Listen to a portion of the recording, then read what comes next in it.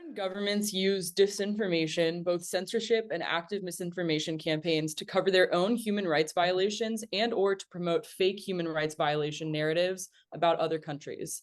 The fundamental lack of global public media literacy, coupled with the virality of disinformation content, presents a real threat to NATO member states and hinders existing NATO efforts to combat human rights abuses, like the current NATO policy combating trafficking in human beings.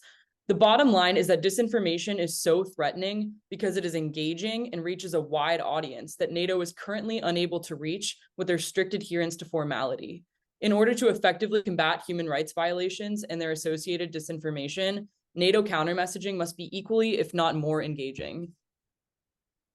Our solution is to create frequent 1-minute engaging short-form content about disinformation and human rights under a profile called NATO Newsroom across the social media platforms of Instagram Reels, Facebook Shorts, YouTube Shorts, and TikTok. At the end of each clip, we will redirect viewers to the NATO Public Diplomacy landing page containing information from reliable civil society partners. The content will be selected using Disinformation for Human Rights Content Priority Assessment. This assessment will constantly assess most relevant threats to NATO and member states and address most viral content, an easily adaptable model. The newsroom will utilize technology such as AI to maximize limited resources and metrics to heighten engagement to ensure competitiveness against disinformation.